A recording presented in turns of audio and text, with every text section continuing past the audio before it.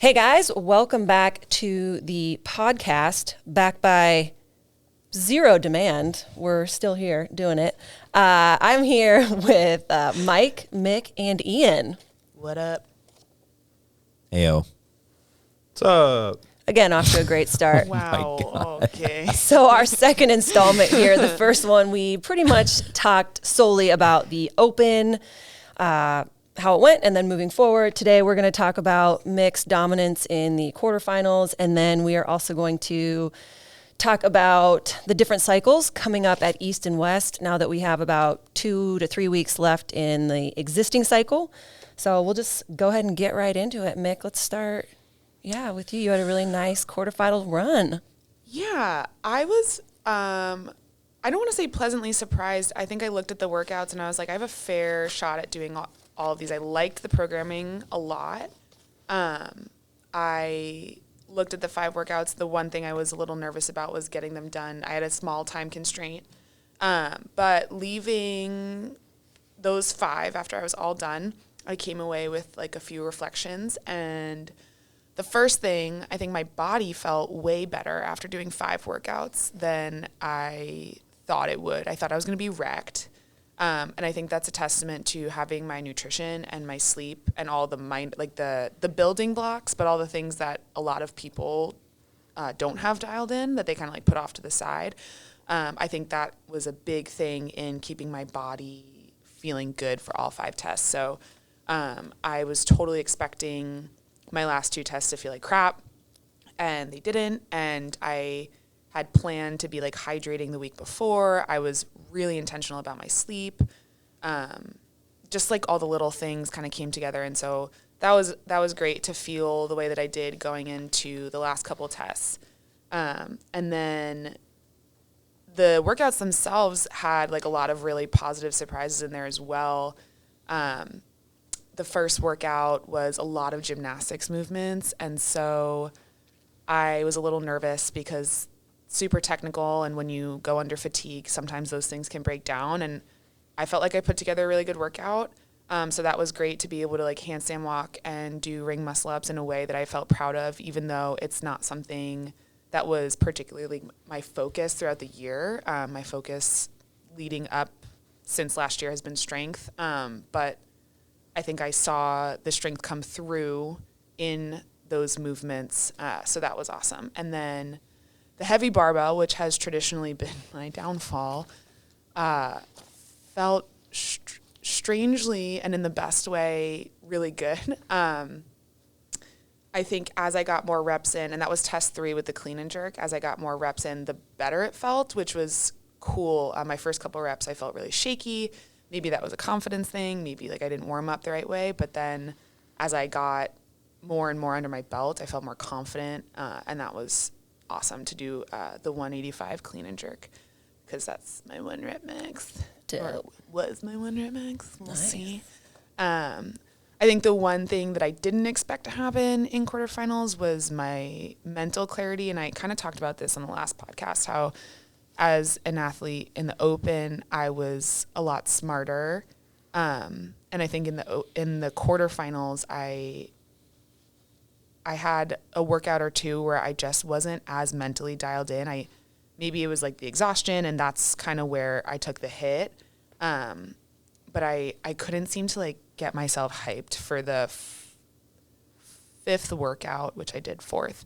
I could not get myself in the zone. Like my head was everywhere. And that was something I didn't expect, because usually I get really nervous before these things, but that workout, I couldn't get in it. And that was a workout that I considered a strength. So overall, I left with Is that the deadlift rope climb one? The deadlift rope climb, bar muscle up. In general, I'm like a pretty good puller. Yeah. And so I approached it too confident, where I was like, oh, this is one I won't have to worry about. And then I got into it and I was like, oh, this is really hard. Yeah. And it ended up being like my worst finish, which is strange, but it's also humbling. And, coming away from something, you can never like be too confident, I guess. That was your worst finish out of all the quarterfinal workouts? Yeah. Really? Yeah. I did better on the heavy barbell than I did on that workout, which I could not have guessed. Yeah. So my real question comes from, you rode in college, obviously. Yeah. how many times in college did you row and then do 100 GHD sit-ups real fast and then row again and then a fuck ton of, can we swear in this? V-ups, right? Like, Absolutely. This might come as a surprise. 0 times. so how did you feel that, like, especially going to that second row after the first big chunk of GHD? I think one of the benefits of being a rower in college, I'm not faster than a lot of people. I think there are a lot of people who can keep up with me on the machine. I think it's that it doesn't tax me as much. Like more efficient. I come off the rower and I Yeah. feel great. I didn't hit my first set of GHDs and I wasn't like out of breath. And then when I got back on the rower, I know I can row under fatigue. That's why I saved that workout to do last, even though it was number 4, because I am so confident in my ability to like row in no matter what my body feels like, because that's what I did in college. So yeah. You were like 500 in the top 500 in the world on that, right? Yeah, I placed 100. Let's go. Yeah. Pause on that, or And I just realized after reading, I was watching a YouTube video, and apparently you could count the rollover meters. Son of a. whoa. So I might have had like maybe 10 or so more meters, which would have been like a couple more reps. Now we're talking like top 480. Or some. Yeah. Or But something. yeah, that was a great way to end it. Like, I'm really glad I saved that one for last. Yeah. Just knowing my own body and yeah, I couldn't have asked for like a better, there were ups and downs, but I couldn't have asked for it to go any better. I think like if I expected perfection, Yeah. I would have faced like huge disappointment. So it went way better than I expected. I have a question for you. What is your takeaway then, on you doing better in quarterfinals than you'd previously done, right? But kind of like shedding that whole idea that you were worse as an open athlete just because maybe the workouts didn't fall. Do you know what I mean? Yeah, I definitely think approaching quarterfinals, I looked at the workouts and I did like them a little bit more, but I also went in with the mindset of like, this is a fresh start. So like I didn't perform the way that I would have hoped in the open, which happens. Did you not perform the way that you wanted to, or did the workouts just not like fall in your favor? A little bit of both. Did you which workout did you want to perform higher on? I wanted to perform higher on the run. Oh, the burpee On the one. burpee run. Yeah. My thruster, I was super happy with. Yeah. I think I could have pushed it a little bit more. Do you know what percentile you were on the first part of 23.2 on the run? I think my thruster was higher than my run, which is that's so crazy. like, Yeah. I consider myself an endurance athlete. So when I looked at that, I was like, oh man, you should have had a little bit higher. I think everyone was disappointed on that. Yeah. Nothing on that workout went to Yeah. plan for anybody, Yeah. Right. I think. Yeah. Yeah. Okay. So I think in terms of the open, it was a little bit of both. Yeah. I didn't really dig. I like the first workout, like I mentioned last week, but So I guess like the point that, or when I saw how things played out for you, yeah. it became clear that, especially with your thruster in the open, your strength stuff got a lot better. Yeah. And then maybe your conditioning stuff, like the conditioning aspects of the open, like Right. doing shuttle runs, Right.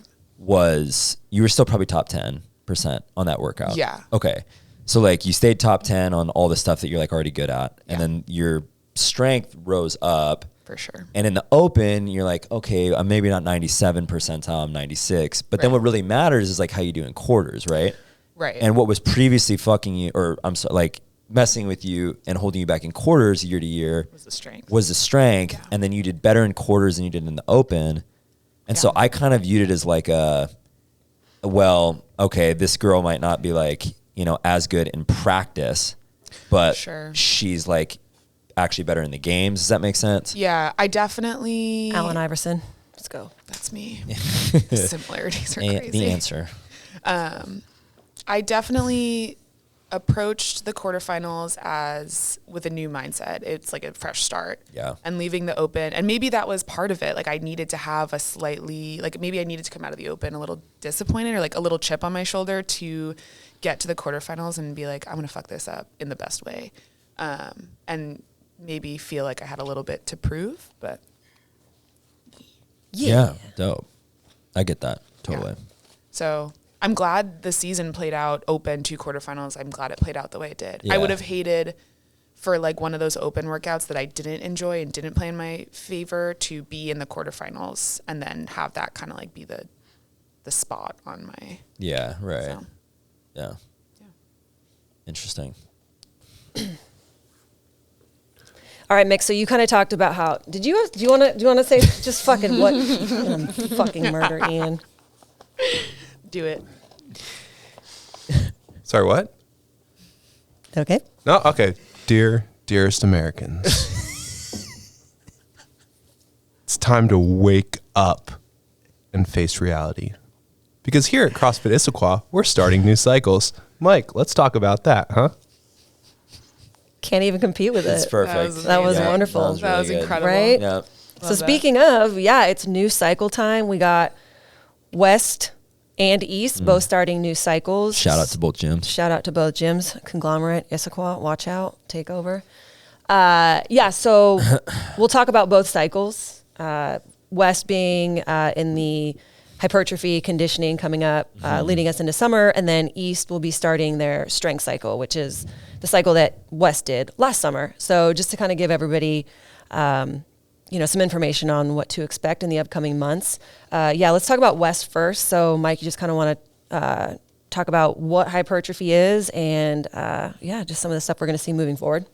Yeah, I mean, the easiest way to explain it is the hypertrophy stuff is more your classic like bodybuilding style setup with in terms of your sets and your reps, right? You're talking like, and we used to do this all the time at West, but it would be like you come into class and on leg day you would have like, okay guys, a superset, you do 4x8 Bulgarian split squats and then like, 4x8 back squats. So you go back squat, split squat, back squat, split squat, etc. And then you would like move on. I know that was tough to say. And then you move on and then like the other half of class would be doing like RDLs and hamstring curls or whatever. So it's like, it's a lot of low to moderate intensity reps and the volume is higher.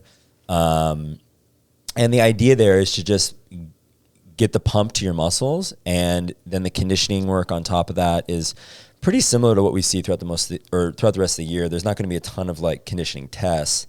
But here's the main thing. We did a hypertrophy cycle back from October to December or October to January. And that was really like lower body focused. So what I've been thinking about doing for this one is starting out with more of a upper body focus. There's still going to be leg days, but there's going to be 6 days. It's a 6-day split. So for example, Monday would be chest, and then Tuesday would be legs with a quad focus, and then Wednesday would be back. So it's a split where there's a certain body part each day, and you can accumulate a lot of reps. We're talking about 250 reps per body part each day, right?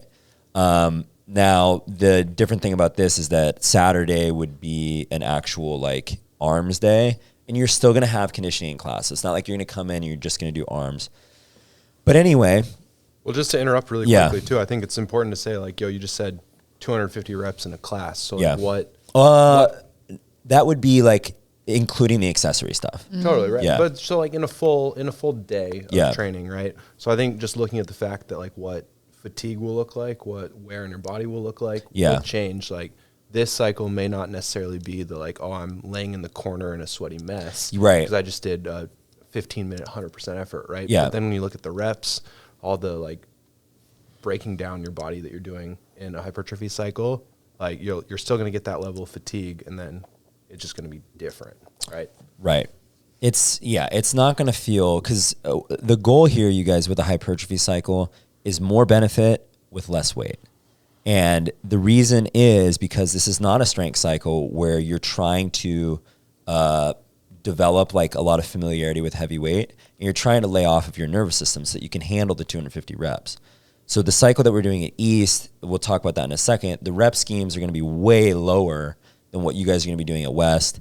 And the reason that we're doing this at West is because we went through the strength cycle last year, and then the cycles that followed, it's been a lot of barbell and a lot of like higher intensity conditioning, maybe not in the past 3 weeks or so, but it's time to just kind of give our bodies a rest for the summer, and West will do a strength cycle in the fall. So you guys will have this summer conditioning hypertrophy cycle. And when I say conditioning, I just mean like there's going to be, programmed stair climbs, track days in the accessory work.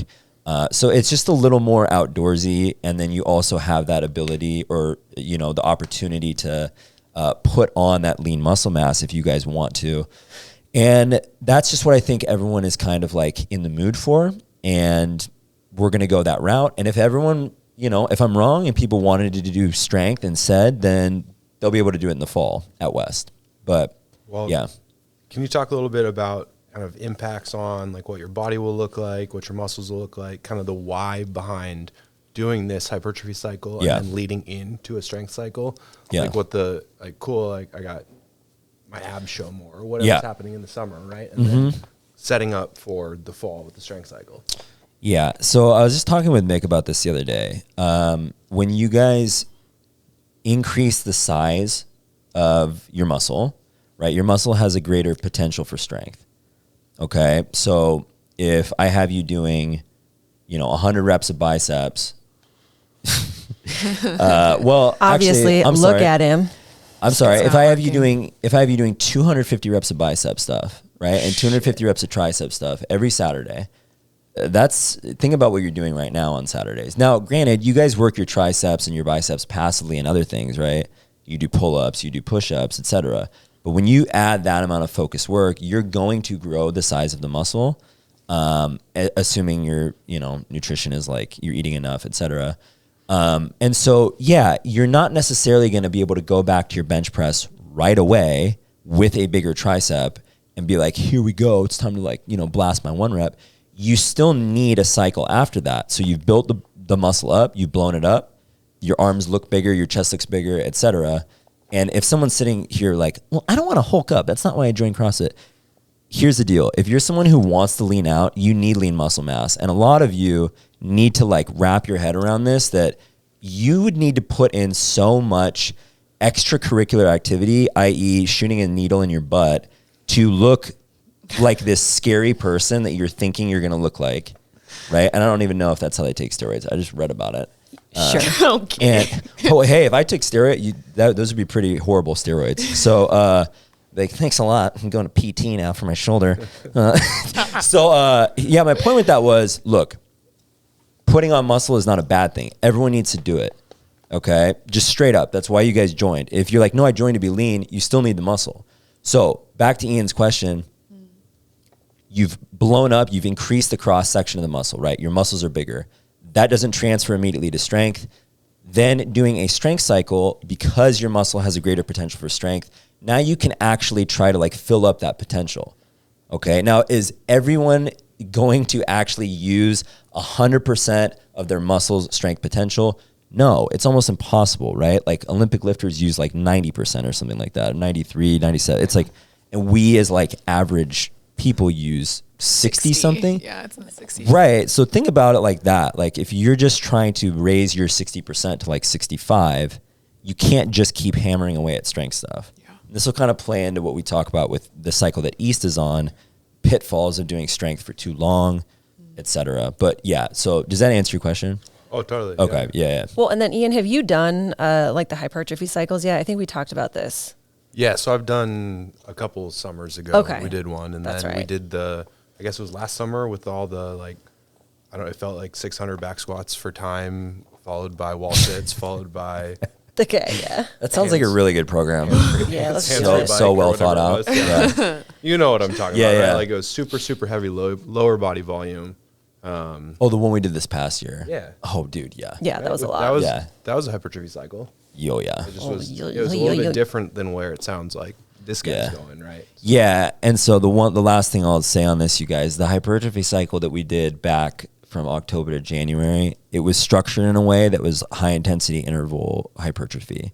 So you do a minute of max front squats, and then you guys would do a minute of weighted lunges, and then you'd rest a minute, and you do that for 3 rounds. And you look at it and you go, well, this isn't bodybuilding. This is just a 9-minute HIIT workout. And then you guys have your conditioning on top of that. And then at the end of the day, the canvas might have not been like painted with the same brush, but the picture looks the exact same at the end of 3 months, right? You guys all like, everyone was talking to me. Michelangelo. Yeah. Dude, I joke about this. Like, everyone wants a bigger booty or like a nicer booty, but no one wants to do Bulgarian split big squats. booty stuff. Yeah. How Like do you the think, non-sexy stuff. No, they don't want their legs to feel bigger. Yeah. Gals like generally want like a plumper butt, but they don't want to like go through that phase of being like, hey, my legs feel bigger, you know? Because Yeah. girls like associate like, oh, I want leaner legs or whatever the hell. I'm just generalizing here. But everyone's got to like wrap their head around that. For sure. Stuff is going to feel blown up. So a bicep pump is no different than a pump to your glute or your quad. And if you're walking around like, my jeans are a little tighter, it doesn't mean you're fatter. It just means that your muscle is expanding and like there's a lot of blood being forced there. And so whether that's in a high intensity interval session, which is more taxing to your guys' nervous system, shout out to CVS, CNS, whatever. What do we? That's where I work. Yeah, oh yeah, cool. Night shift. Yep.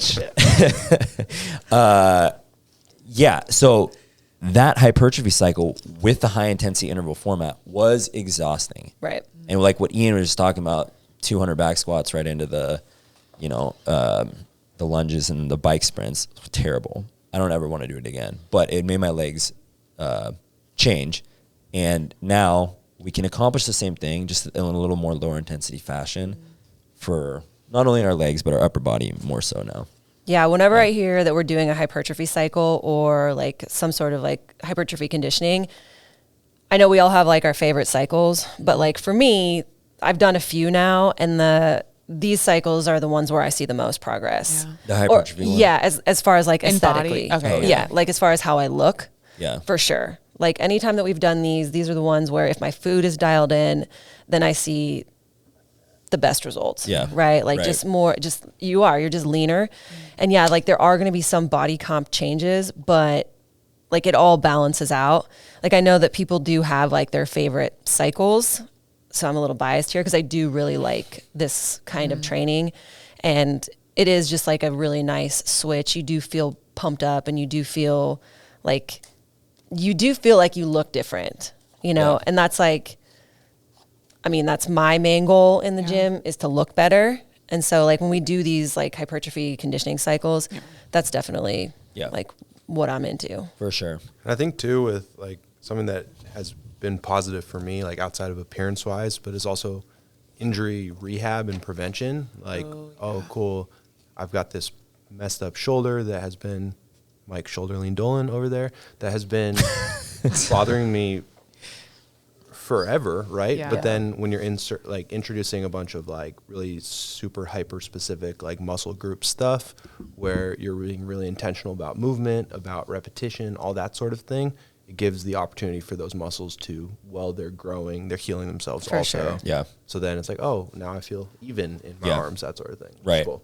Well, I mean, that's how I feel like right now, coming off of, a little bit of an injury myself, and then, Mike tailoring my workouts just so that I'm not putting a lot of pressure on my back, and you're talking about your shoulder. But yeah, you still feel like you're getting a lot out of your workouts, but it's like a little bit lower intensity. But yeah, it's high volume, like what you were talking about. Like I did the bis and tris pump this morning, right? Yeah.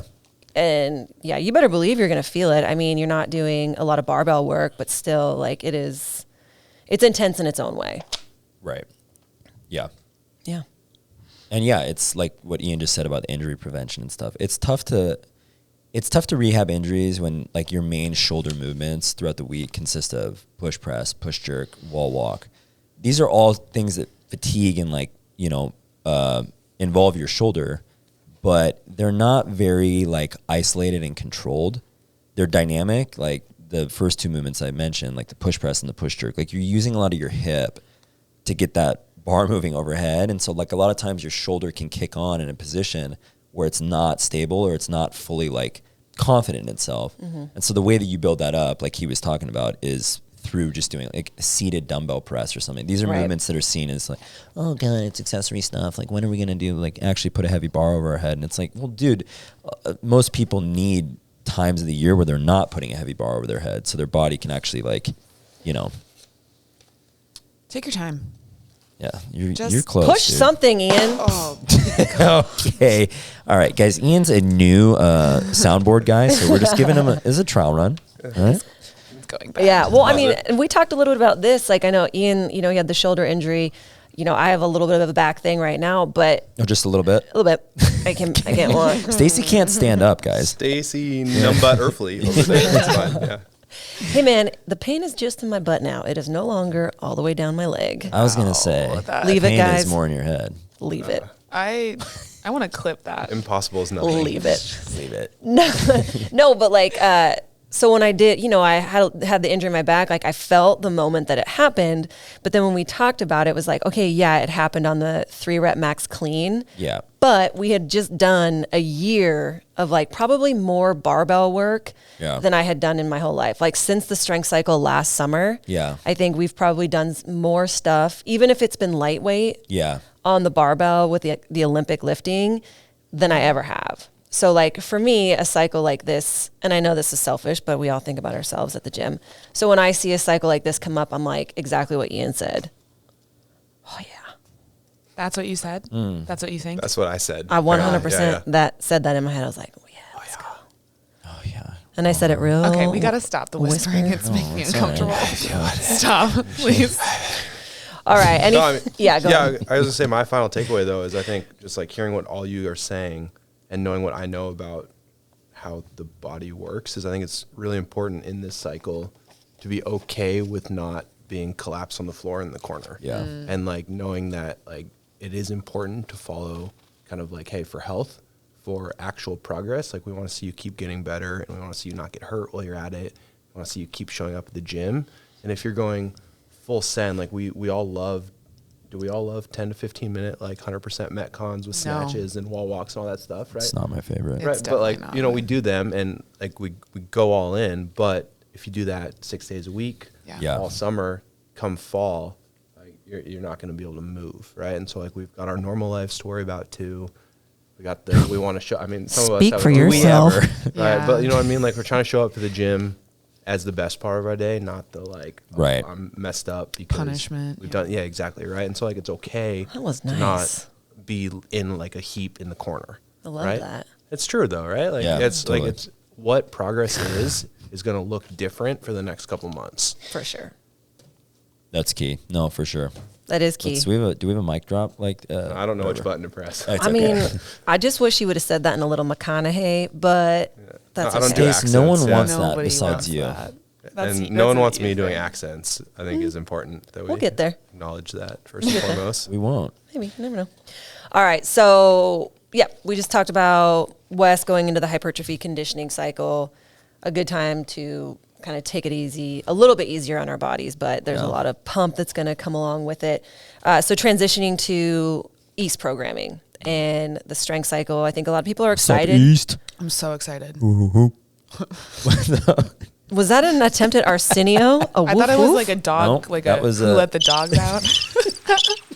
That was from Egg. But I think a lot of people have heard that there is going to be the strength cycle coming up at East, and I know a lot of people have been pretty excited. Yeah, very excited. yeah. It's time to meatball out. Whatever. Sick. That's not what I've been saying when I've been Literally Meatball, you mean and that in a figuratively. good way, or what's going on here? Yeah. Stacy means like the wrestler Meatball. What was his name? It was Meatball, right? No. Are you talking about Mankind? Oh, I was talking about Butterbean. Damn it. Rikishi? No. Whatever. Take it easy. I'm a big late 90s, early 2000s WWE fan right here. Yep. So And that's the end of that conversation. Okay. Ian had a follow up, but we can move on. All right. So. All right. Yeah. So moving to the strength cycle at East. Right. Well, Yep. yeah, I mean, if you guys weren't hyped for this after hearing about how Stacy blew out her back when she threw a power clean, then get ready.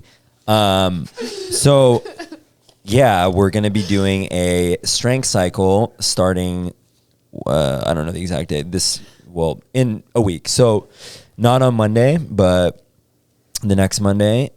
This cycle starts out with 2 weeks of testing the lifts. For most lifts, we'll be either finding a 3-rep max or a 5-rep max. And the reason that we're doing that versus a 1-rep max is because most of you guys don't have your nervous system just isn't primed and ready to load up a true 1 rep max and find it right now. So it's not going to be worth much anyway. So I'd rather have you guys do the 5 rep. People are usually a little more conservative, and it ends up, I mean, look, here, whatever. I don't need to sell it. We did it last year. It worked out. We all blew up our 1 reps. So you're going to do it too.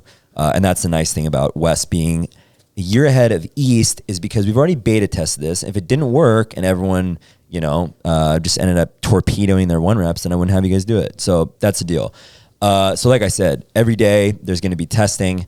For 2 weeks. For 2 weeks. Yeah. Sorry. So along with the strength test though, there's conditioning tests. And this is like literally some These days. are the fun ones, guys. Yeah. Some days all you're going to do is you're going to do like, for example, Monday, the first testing day you guys do, I think, is a 5 rep front squat, right? So you do a 5 rep front squat. That's going to take a decent amount of time. And then you guys are going to do a conditioning workout. Now, I don't off the top of my head know exactly what that conditioning workout is, but it's a benchmark. Here's the thing. It's at Murph. East, Yeah. at East, you guys tested most of this stuff back before or right around the time the program changed. Okay, so that was like in August. Now you guys tested that the same time everyone at West tested it. But we were coming off of Strength Cycle. You guys were starting a whole new program, and what I wanted you to get that baseline. So let's say is your Fran or your Annie. You found that in August. Now you guys have done a conditioning cycle, which I totally understand if you're over it. I think that no matter what type of cycle you're in around weeks 13, 14, you're just mentally a little bit checked out, ready to move on. I feel this way. Mick feels this way. Stacy feels this way. Ian feels this way. We've all experienced it. For sure. So regardless of that cycle being boring and like you guys doing calf raises and tibialis stuff as your strength, you guys will see that you become more conditioned. And you'll be able to like test that, hopefully, with these conditioning workouts. And then for the next 3 months of doing the strength stuff, you're not focusing on conditioning. You guys will still condition, but this is your time to test your conditioning stuff and find your 5 rep maxes or your 3 rep maxes. Now in August, you will test your 1 rep maxes and you will see how the conditioning stuff held up. Some of you guys might actually make progress in your conditioning stuff just by getting stronger. Talked about this in the last pod about the guy who wants to increase his Fran time, gets a stronger front squat, boom, he's better at thrusters, voila, you get the picture. But yeah, that's basically how that's going to go. So 2 weeks of testing, finding all this stuff. The conditioning after those first 2 weeks is a little more low key. So it's kind of 80% stuff. It's not going to be super exciting, but the focus and like the majority of your guys' energy needs to be on the lifts and recovering. And you guys can't recover from heavy lifting or percentage work, especially if it's linear and it's going up. You can't do that if you're also in the gym lying on your back every day after the conditioning workout. So we'll obviously touch a little more on like why this is not a good time to do extra conditioning work or, whatever you think you need to add in to be a stud. So yeah, but yeah, after the first 2 weeks of testing, you guys will start out at a percentage of your 5 rep max, and then the weeks will rotate. So you'll have like Monday front squat, Tuesday bench press, Wednesday, I forget. And the next week would be Monday back squat, Tuesday strict press. So you guys kind of see how that goes. Like cool. You'd have 10 total lifts and they'll rotate 5 and 5. And you'll do that for, it ends up being a 15, 16 week cycle. So if you thought you were sick of this one, just wait. All right. I have some input here. Yeah.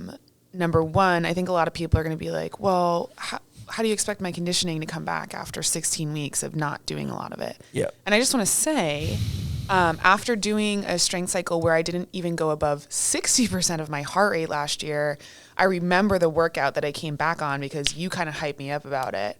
It was like my first workout back. It was a lot of barbell.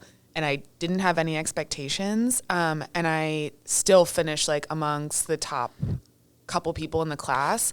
And I think it's just a testament, like trust the process, but also know that your body like keeps and holds on to a lot more than you expect. Yeah. Like it's not like everything goes away after 16 weeks. Like you can do so much more than you're capable of. And so for all of you who are like, I'm really worried about my conditioning getting worse and how is it ever going to come back? Like it will. I'm here to tell you that it will. That was me last year. Yeah.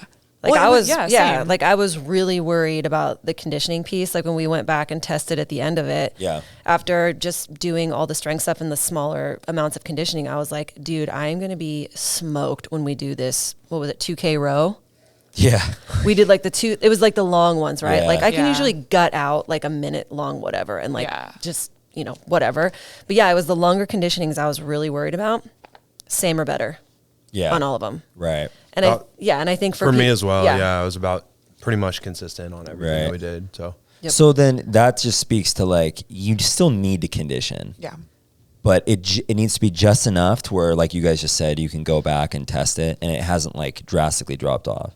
If you end up being better at it, then that's awesome. But dude, any coach worth their weight in salt will tell you like, is that a saying?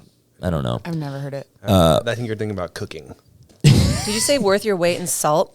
Yeah. Solvent. No, that's a 100% accurate. Oh, okay. That's a thing. Sweet. Yeah, you were right. I mean, yeah. you've seen what happens when I have Thai food. Wait, Sodium. are you joking or is it really No, a that's thing? the thing. I thought it would be Alright. like worth your weight in salt because salt is like something. Well, you I think the buy. military is like worth your weight in shit, but like, But we're a family it's podcast. old, and so like, salt's super valuable. Okay. So you're like, So- I got a lot of salt. Bath Take that. salts. yeah. That's typically where I was going with that. Yeah. Anywho, I just think of all the Florida man stories, like eating asshole. faces off. Yeah. Okay. So, Okay. Yeah, where were we going? Back to the strengths. Nick. Okay. All right. So, yeah, my point with that was, any coach worth their weight in anything, they will tell you that conditioning is you can get someone conditioned in 2-3 weeks. Yeah. Right. Now it's harder, obviously, if you guys went a whole strength cycle without conditioning, which I have done before, by the way. Living the dream. It was pretty cool. But then you want to talk about going back to it. That is a steep climb. I mean, you're breathing pretty heavy when you're back squatting. So, that's dude, conditioning, you right? are. But like, look, again, it's everything needs to be counterbalanced. If you wanted to do a powerlifting meet and that's all you wanted to do, you can put more intensity and more volume into your powerlifting like side of things if you don't condition. Yeah. This is me putting it in there. Doctor Strange. It's like he's like Dr. Evil right now. Yeah, He's that's why It's your portal. Yeah. Nick is Juan Wu. I'm hip. I'm cool. Who's Doctor Strange's psychic. Anyways, you guys get my point.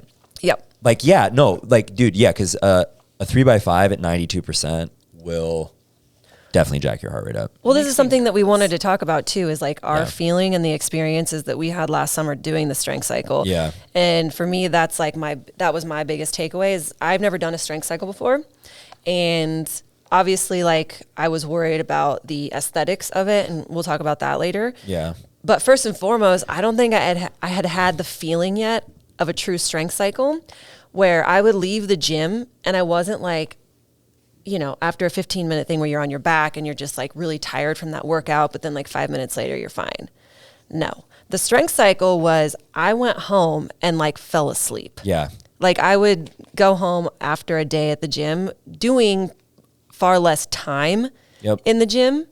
And I was like tired, like where I needed to lay down. Yeah. Like it was a completely different feeling for me. Yeah. I think that's gonna mind fuck people though. Oh, it was at first, for sure. Yeah. Yeah, I think a lot of our members, and this is nothing against East, but I think it's gonna really mess with people's heads. Like if you're not dripping in sweat after a workout, I think that's a standard that a lot of people see. Like I gotta breathe heavy and I gotta be drenched, and that's how I know I've gotten a good workout. I think this cycle will really take a lot of people to shift their mindset around. I agree. Too, with coming into like we're not going to start with 5x3 at 95%. Cool. Like, there's going to be some sort of progression into it where it's like, okay, we might be back squatting at 60%, something like that, which may or may not feel that heavy, right? Yeah. But you need that base to be able to get stronger, to be able to do the 5x3 at 95%, Right. et cetera. Yeah. And you probably have seen this at West coaching, like people that want to go heavier than what their percentage is. Hey, this 65 is pretty easy, dude. Can I just throw on, or can I just do what he's doing? Yeah, I mean, we were talking about it like people throwing on what would equal 450-pound bench press one rep. When you're asking them to guesstimate their 5 rep Right? or You know their what I mean? 50%, And, yeah.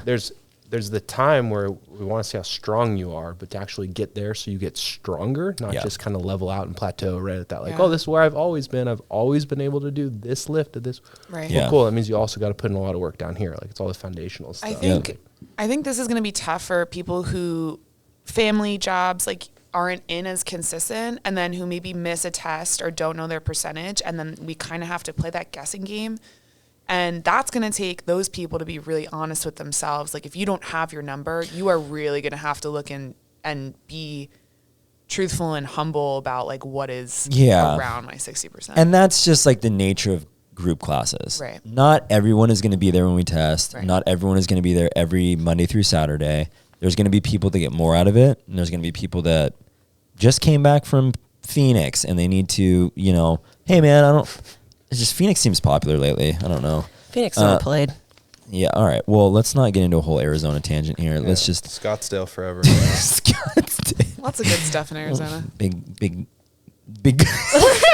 Was that big gulps? I was going to say, big Glendale fan over here, but then I was like, am I? I don't know if I've been to Glendale, where Arizona. is that? Okay. Yeah, all right. Is that even That's in where the California? Cardinals play. Okay. Any Hooser. Anyway, Okay. so yeah, there's sadly not much that we can do about that besides just give them guidance when they come in and say, well, if you miss the first 4 weeks, here's where I would start. And then if they do not do that, then, oh well. That's fine. Well, How you doing? Don't Keep it necessarily moving. need the test. You don't need the actual test. Like it helps Right. be more precise. Yeah, But, like, sorry, You're still going to get that's- stronger. Right. Right. You're still going to see those gains, basing it off of like being honest with yourself, like Mick was saying, right? Yeah. Like, 100%. do I want to say that I have a 450-pound 1 rep max back squat? Yeah, Hell that'd be yeah. cool, Yeah. right? But if I miss the testing day and I base everything off of a hypothetical 1 rep max of 450 pounds, Yeah. then all these percentages, wherever I'm coming in at, wherever I'm catching up on, are going to be bad. I have another, Way too high, yeah. I have another point here. This is free speech. You don't have to raise your hand. No, it's just- good. Yep. I mean, Okay. we are in a school. Oh, So another thing I wanted to bring up are those people who know that they can only come in once or twice a week. This is not your opportunity to just like jump in and spike up your percentages. That's not what it's there for. Like you still need to be putting in the lower percentage work. And that's just like the name of the game. And we're not judging anyone here for not being able to make it in 3, 4, 5, 6 times a week. But if you are someone, like I'm thinking a few people in my head who just have those tough schedules, like just because you're only in once or twice a week does not mean that you should jack up your percentages just for the sake of like, I have to get in everything on this day. It's not going to work for you. You can, it just won't work. Well, it has to be a trusting the process thing. Right. Like you said that earlier when you were talking about your, beef quarterfinal finish, right? Like you did your strength cycle last summer, and I know there were some like ups and downs, but you trusted the process and now you saw the results. Yeah. And we were talking about this just a little bit ago. I think last summer, a lot of the East people were seeing some of the West workouts, and there would be like percentages that were like 72.5. And they'd be like, what is that about? Like, why are you doing this? Why are you Yeah, doing that? right. Well, I mean, I'll be the first to tell you, I don't think there's anything that we do in the gym that is not like extremely well thought out, planned, and that there's a purpose. So I think wrapping your head around that as a member, knowing that like something that you see on the board was written for a precise reason. And if you have a question, 100% ask one of the coaches, because there is a reason. Like this wasn't just put up there. This is like a well thought out plan. So sticking to those percentages like we've been talking about is part of the program. Yeah. Right? Yes. Yeah. Absolutely. Sorry, I just wanted to get that in there. No, yeah. 100%. People, yeah, man, like, yeah. Okay. People just need to come in, Yeah. do what's on the board, and trust that that's okay. I mean, with talking about like trusting the process and all this, I feel like I'm just kind of repeatedly hitting this on the head, but I think it's just redefining what a good workout is. Yeah. Like people come in, they say, I just wanted a good workout today. And the kind of like generic CrossFit good workout is the collapse on the floor, right? But that does not necessarily mean what it has to be. So like a good workout is still cool. I got a little bit of work at a lower percentage of strength. I made it so I'm less likely to get injured. I still got a conditioning in so that like my metabolic stuff is still going to, like I'm still going to burn calories and I'm still going to sleep well and I'm still going to feel good about myself and all that sort of thing, right? So it's still a good workout. It's just different. Can we Right. touch on that? Because I think there's this misconception that you don't burn calories on a strength cycle and definitely do. Yeah. So can we talk about the nutrition side of things? Yeah, for sure. Here's the deal. To get stronger and to build muscle, it is preferred, your body prefers to be in a caloric surplus to do that. It's easier to do that, right? Yes, you do build lean muscle in a strength cycle, right? So this does not mean, though, that you should just like dirty bulk, quote unquote, which is a term that was like made popular, I don't know, it seems like 10 years ago now, which is like, oh yeah, all right, I'm bulking, it's the winter time, let me just, or the summertime if you're, but yeah, I don't want to get too confusing on this. So here's the deal. Yes, you should be in a caloric surplus. It matters more that you're in a caloric surplus if you're someone who's like a more experienced athlete. So for example, if I've been working with Ian for 2 years and Ian does nutrition with me and his weight is at 198 pounds and it's been consistent throughout the conditioning cycle or the hypertrophy cycle, and then now we're going into a strength cycle, I know that Ian is doing everything in his power in the 23 hours outside of the gym to like maximize what he's getting from that 1 hour he's at the gym. So I should have an honest conversation with him and be like, hey, do you want me to increase your calories 250 to 500 calories like per day? And you will get all the juice that there is to squeeze out of this strength cycle. Or do you want to keep your calories where they're at? Maybe not get as much from this if you're worried about seeing your 8th ab. But if Ian's like, you know what, dude, for 3 months, I'm okay, like maybe only seeing 5.5 of my abs, let's milk this for what it's worth. Then in that case, I'm like, all right, let's go. Most 95%. That's a real conversation we had, especially you the 8th can ab see part. your abs even when you're in a, wow. The eighth one, yeah. When you're in a bulk. Flex. Damn, shit. Yeah, Ian's pretty lean. Yeah. Damn it. Pretty good athlete. So, for most people, that's not the case though. Like they don't have everything, all these variables controlled throughout the year to begin with. Yeah. So they do not need to worry that they're going to start like bulking up on a strength cycle. Oh man, are you kidding? You telling me the conditioning volume drops? Well, I'm sorry, Mr. 3 days a week. Like if you're now upset that, you're not getting enough conditioning in, then you can just come 5 days a week. And then, right, like if you don't have your food dialed in and you don't have like, your recovery on point, it makes no sense for you to worry about not leaving the gym in a sweat for 3 months. Like, and dude, you guys are still going to sweat. Like it just is what it is. There's no air conditioning at East. That's what I meant. It's hot as hell. Guys, it's going to be a 6-minute, 60% workout, but you're going to be sweaty. So, yeah, the calories are important. They become more and more important the further into this process you get as an athlete. You're 10 years in, you have to change your food a little more to like get the most out of each cycle. If you're not, or you're 10 years in and you just want to show up and like do the workout, then you're going to get stronger. And don't worry about the conditioning or anything else. You just come in, you do the barbell stuff that's on the board. And then this is another thing I wanted to say just about like people freaking out. There were times of the year in the strength cycle last year where we would get done with a workout in like 40 minutes, right? I remember the day specifically.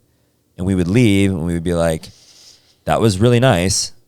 I do feel like, especially with hour-long CrossFit classes, there are people that feel like they need to stay after or just get the most, and I mean after, as in if class is over at 10:40 and you think it needs to go to 11, then I want you to start framing it like this in your head. If all I did was the stuff from 10 to 10:40, and I've been doing this for 12 years, and regardless of how you think of me as an athlete or whatever, I'm still the one who's like overseeing everything, and I've done everything that you guys think you want to do. All right? I've placed 4th place at a local CrossFit competition. It's fucking I've dope. seen the mountaintop. Wow. I've also Presence of greatness. I've done powerlifting cycles. I've done Olympic lifting cycles. I've done gymnastic cycles. I've gone into specificity of all these things. I've seen what they have to offer. And so if I'm only doing 40 minutes of work, do you want me to then give you another 20 just so you feel like you got your money's worth? Or do you want me to just give you what I know works for me? And if it works for me 12 years in, it's definitely going to work for you. Okay. And if you're like, well, I'm 13 years in, okay, it still probably work. So don't take it too literally. I'm just saying it worked for a whole entire gym full of people. Classes are 45 minutes over there. Let's just call it what it is. Sometimes it ran to 45. Sometimes it was out earlier. It's not going to be an hour-long workout some days at East. And yeah, if you want to do some little like ab circuit on your own after class, that's fine. But just keep in the back of your head, I didn't do it. I didn't have anyone else do it. I wouldn't have them do it at West. You can do it at East. I'm not going to fight you on it. But, you know, that's how I feel about that. I mean, I think this goes back to what Stacy was saying after the strength cycle last year. It's like, I want to go home and I want to go to sleep. Yeah. And I was thinking like, yo, yeah, sure, these are 40-minute workouts, but I was way more tired during the strength cycle than any other cycle at West. For sure. Right? Like, that just wears you down so much more. So yeah, big nap season. Oh. Yeah, but it felt good, honestly. It did. Yeah. Let's talk about, like you're talking adding other things in. It's kind of easy. It's easy to overtrain in something like this because you do get worried about maybe aesthetics in a strength cycle.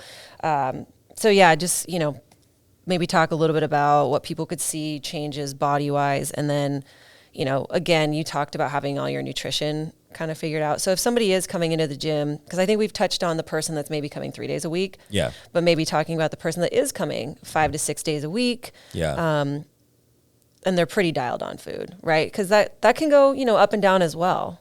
And like newer people might be seeing a lot steeper inclines versus people, like you said, the old dogs that have been doing it for 12 years. Progress is just a little bit harder to make sometimes if you don't have everything else dialed in. So yeah, I mean, what are some things that people could, I guess, expect to see? You mean for the E-cycle changes in their body wise? Mm-hmm. Well, yeah, obviously it differs from person to person. This is a cycle where you could put on muscle if you wanted. It's not, but look, like if someone wants to lean out and they're not focusing on their food already, then this is a good cycle to focus on your food, and then you will get stronger and you can also lean out at the same time.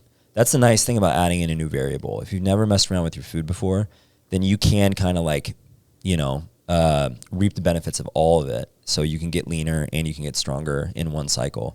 But again, going back to the example I gave with Ian, if he was already focused on his food and the only thing that's changing is his volume and his intensity of workouts, he might not be leaning out in that cycle. He's already gone through cycles where I've had him lose weight, you know, or lose body fat. So it wouldn't make sense for me to do a cycle where I'm like, dude, are you trying to get your lifts up or what are we trying to do here? Mm-hmm. It wouldn't make sense for me to keep him in a caloric deficit during that.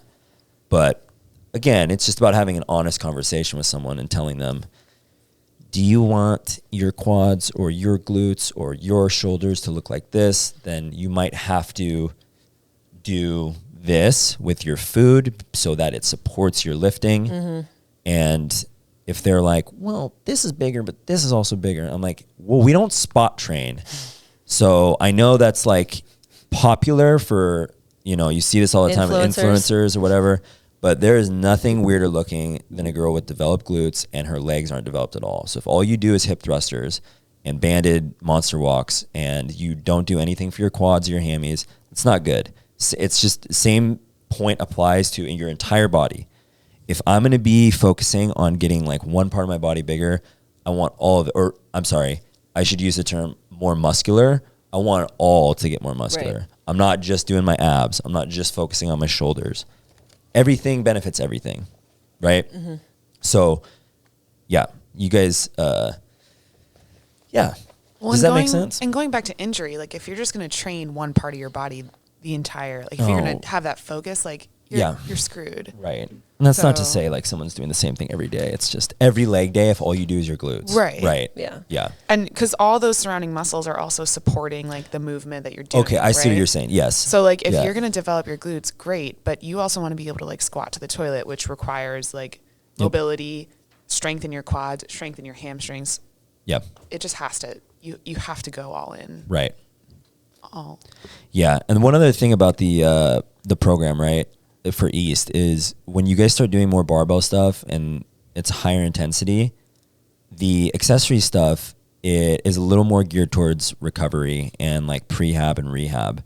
So like there's a lot of like knee stuff in there so that you guys don't start developing tendonitis, whatever. And that's, there'll be stuff in the warm up for that also, but there's like 20 to 25 minutes of work some days of the week that I'll just have you guys do after class if you're doing the accessory work.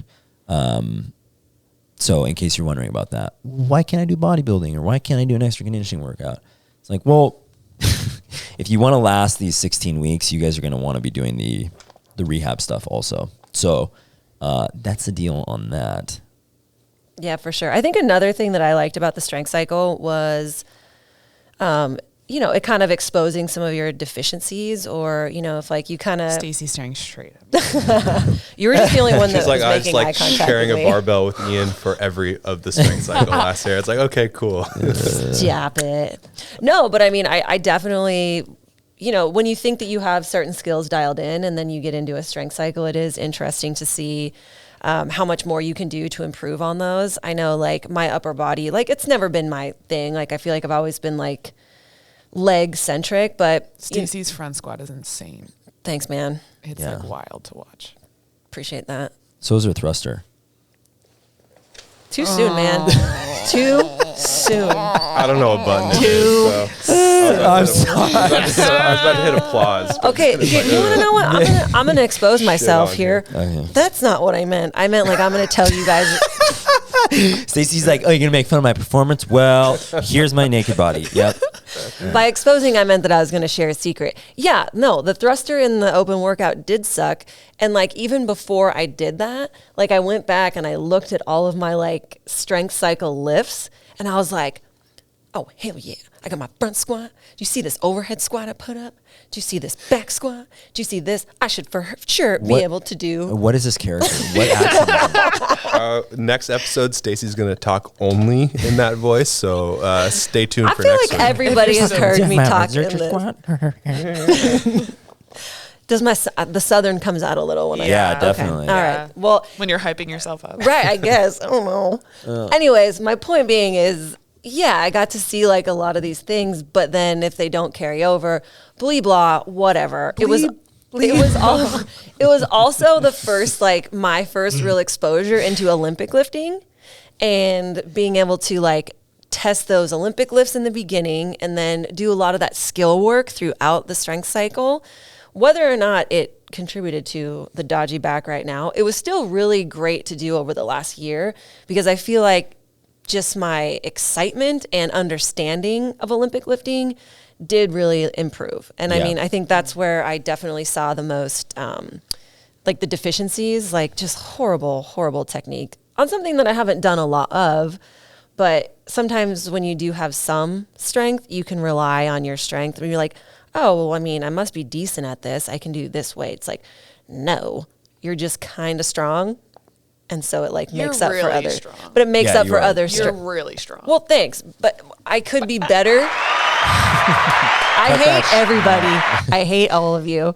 But you know what I mean? So it definitely was like, okay, just because you're strong doesn't mean you're going to be able to lift all this weight when it comes to like the Olympic stuff too. So it was a very eye-opening cycle for me last summer, not just with the way I was feeling, but with the movements that we were doing. And it was a really cool learning process. So people at East, you guys should be excited to do it. Yeah. Okay. So the thruster thing, that leads me to a point about people who see an Olympic lift that's low for them, like a snatch or clean, but let's say their technique is dialed in. Because we're just thinking about your front squat. Right. What's your max front squat? Was it 265? Holy balls. Okay, so you front squat 265 and then in the open... So why'd you look at me for that one? You were there with me when I did it. You shared a bar. So if you front squat PR is 265 also. So if you front squat 265 and you thrustered 147, I don't have my phone on me, but that's a different ratio. Mick, what do you front squat? 185. What did you thruster? 157. So do you? I hate myself. 159. 159. Okay, so do you see what I'm getting at? I think like that's like 85% of your front squat that you put over your head. Yeah. And then you are sitting closer to like 55%. I don't know the exact math, but whatever. okay, so you see this all the time with cleans and someone's deadlift, right? We have like stark examples at West. There's a gal there who can deadlift 340, and I think she cleans around like 135. And there's gals who clean around 155, and their deadlift is around like 260. Yep. So if someone's technique on their snatch is good or good enough, and like let's say on 23.3, that open workout, if they didn't get the 135 snatch, but their technique is good, then this is where people like get things wrong. They start thinking, oh, I'm going to go into Olympic lifting cycle. Snatch more. Right? When really like we know the tide that rises all the ships is strength work. So if you just get your deadlift up, you get your squats up, etc. Now, that's not to say in like Olympic lifting programs, they won't do squats and deadlifts, but this is another aspect of this, right? Power and strength are different. So the way that you guys generate power or you work on power is you have to move weight quickly. All right. So that means when you deadlift, if you focus on pulling the deadlift fast, you're training your muscles to move faster when you pick up a clean. All right. Now, it doesn't mean you come down and you just grip and rip right away. You have to be set up fast.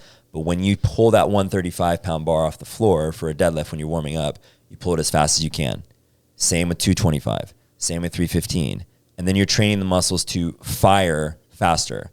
The other way that you can develop power is through jumping on boxes and stuff.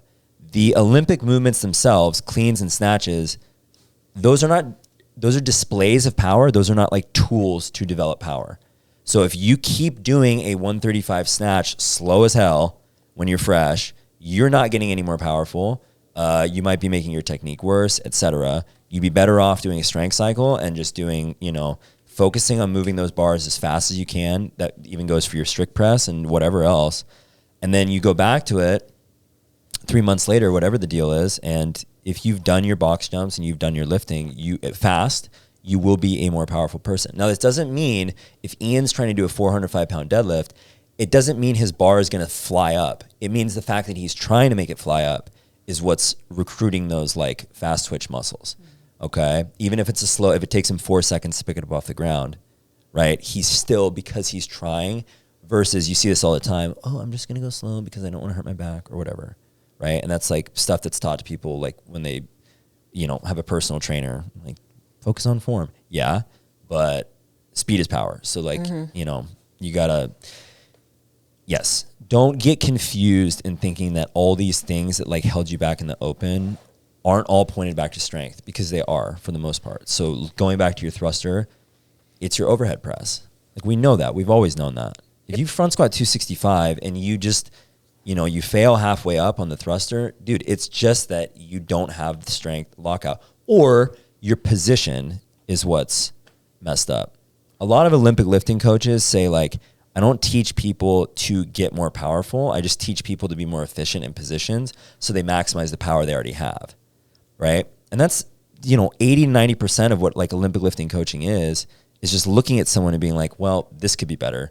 This could be better. Mm-hmm. Not move faster. Right. If everything was perfect and I'm watching Mick and something is just clearly, she's just not focused on moving fast, that's an easy fix. Hey, dude, let's get aggressive. Like actually like drive under the bar faster or whatever.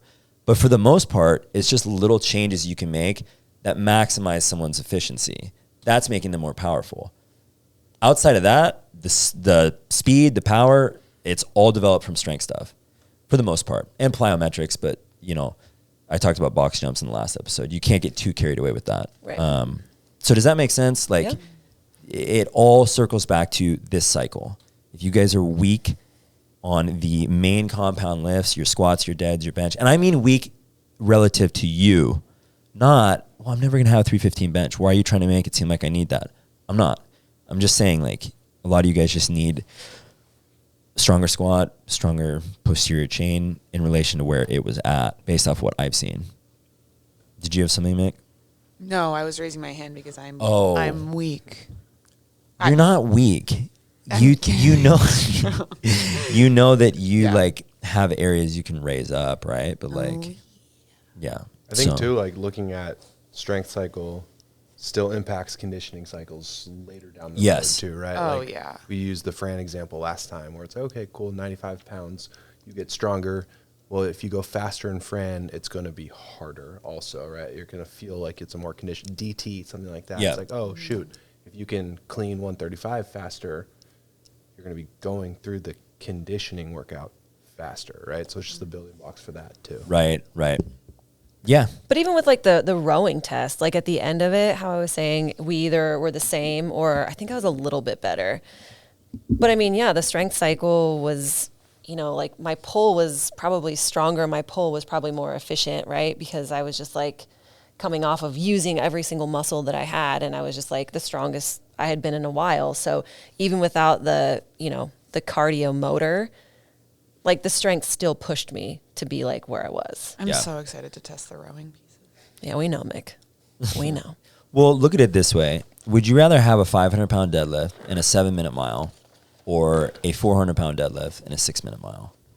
Because I'd argue that the guy with the 500-pound deadlift or gal and the 7-minute mile is always going to have an easier time in other CrossFit workouts than the guy with the 400-pound deadlift in the 6-minute mile. Mm-hmm. And maybe 400 is a little too close, 350 and 500, like if there's a huge gap there. But their miles are close enough. A minute on a mile, I'm not a big runner, but like, is that a big difference? That's a jump. Yeah, that's a big Okay, jump. so like, all right, would you say it's about as big of a jump as 100 pounds on a deadlift? Yeah. Okay, so like, it's always going to be easier for me to get Mr. 500-pound dead in 7-minute mile down to 6 minutes. It's way harder to get someone from a 400-pound dead to a 500-pound dead. Mm-hmm. So this goes back to the whole, if you're worried about your conditioning, just chill out. Like you got to like put the effort into this strength part to become a better overall athlete. Right. This isn't just to make you guys stronger. This is because your muscles even develop a different look when you guys lift heavier too. So if all you're doing this for is aesthetics, you can't do, I mean, you could from a longevity standpoint, just do 3x8 to 12s every, day for the rest of your life. That's fine. There's nothing wrong with that. But I do notice a distinct difference in how I look and how I feel when I've gone through parts of the year where I'm lifting a heavier barbell. Where you run into trouble is if you do a strength cycle for too long and you are in a caloric surplus for too long and you start kind of like looking worse and you're like, dude, I'm doughy. Like, what the hell happened? I've seen this happen with gyms where like the whole emphasis is on strength, picking up stones, doing little like 5 to 7 minute workouts every day. And then the members that you once knew gain like 15 to 20 pounds. And you're like, well, damn, I wonder like what that's correlated to. Pretty easy to tell. So that's why you can't do this stuff for a year at a time, right? Strength cycles need to have a start and yeah, you just milk it for what it's worth. But yeah, that's all to say. Yeah, just, I don't even know. Well, I think my last comment on that, and you keep saying this, is like, you can't train a strength cycle all year. And you can't train one cycle all year. And it's what you guys do, and it's periodization, right? And so there is a plan for all of it. And I guess that's always been one of my biggest things that I've always really like admired about this gym is that you and Nick write a program for the entire year, right? So it's not just like, oh, we want to do this next. Yeah. And then maybe we'll do this later. It's like, no, like you guys are all part of a gym now that is like intentional and it's planned and there's a reason for doing everything. So there's a reason for the order of the cycles. There's a reason for the timing of the cycles. So I think really kind of grasping that and understanding that like, yeah, you're in this cycle for this reason, and then it's going to move into this, right? I think that as a member and as somebody who, when I started out in this, I just, like I like to work out, but I didn't know a lot about it. For some reason that has always stuck with me, that there is this like grand master plan that isn't just like 2 weeks in front of me. Yeah. Or even one cycle in front of me. Right. It's an entire year that you guys have thought of, okay, what's the best, way to achieve like a better overall athlete. Right. Right. For sure. And like what, looking into the future, if it's so planned out, we have 2 gyms. Is there going to be a time where West and East are doing the same cycle? Where someone can drop in from East at West and it's going to be similar. It may not be the exact same program type deal, 45-minute class, hour class, et cetera. Yeah. But where the cycles will start to kind of align with, because East is where we were this time last year, right? Yeah. So they were aligned, right? This is this is the last cycle that's going to be aligned for the remainder of the year. So from April to December, you guys are going to be on different cycles, but that's really just because I've seen how things have gone for West, and Nick kind of left it open-ended for what we did at West starting in April of this year. We could do another strength cycle again if we wanted to, or based off how the last year went, we could do the hypertrophy conditioning thing. So that's where the judgment call is kind of being made off of what I've seen. And does that kind of like give you a little bit of insight on that? We'll pick back up on the same cycles, or not the exact same workouts, but the same cycles in January of 2024. So, but it's like a drawback to having two gyms, but it's also a benefit. You guys can go to both locations, but if you want the most out of the current program you're doing, I would try not to cherry pick, or if you're someone at West who needs to go to East or wants to go to East, you can always do West program over there.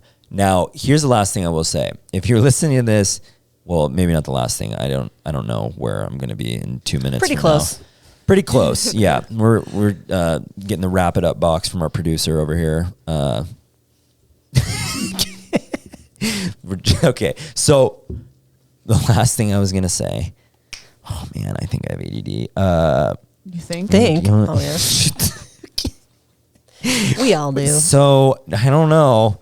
This feels really serious, but it's felt that way since I was little.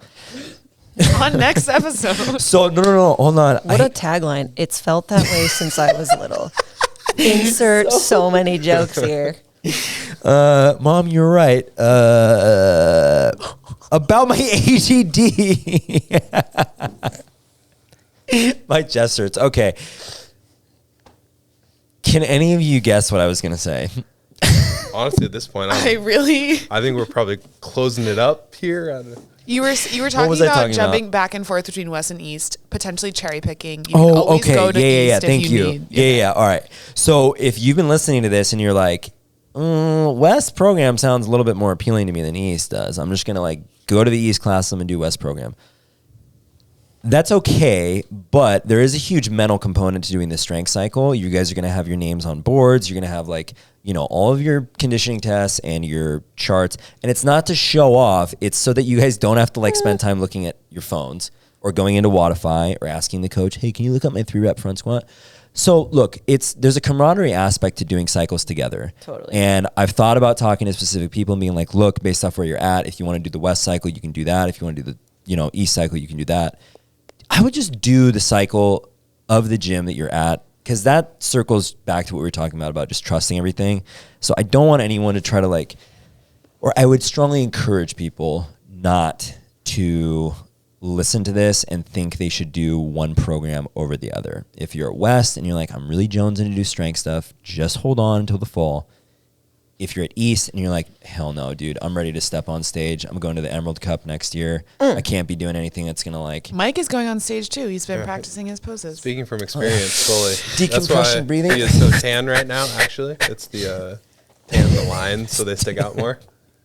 I do need that. So, that was the last thing I was going to say. Glad we got there. Thank you for helping me. That was great. Yep. Let's go any closing things about going into either of these cycles that any of you guys want to say? Quick and snappy. This shit works. Yeah, thanks, after talking, man, this strength cycle is so fun. All the tests and stuff. It is fun. It is dope. Yeah. I'm hyped for East with this. Yeah. I was my last point was going to be the camaraderie of the strength cycle when we did it last year at West. Just everybody coming in on test, either at the beginning or the end, and kind of on test or tests. Tests. God, I hope it's tests. On tests. TESS?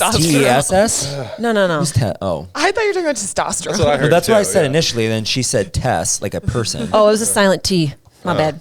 You did not. Est. Yeah, you literally didn't pronounce the T. So on Est today. All right. Anywho, but on those days, it is really fun, right? Everybody's kind of cheering you on. You share a bar. You guys, go up and weight. That is a really, and just coming off the open, and we talked about the camaraderie of the gyms and stuff. I think it is a really fun time for the strength cycle. Yep. I think it's going to be a really fun strength cycle for West for too. Sure.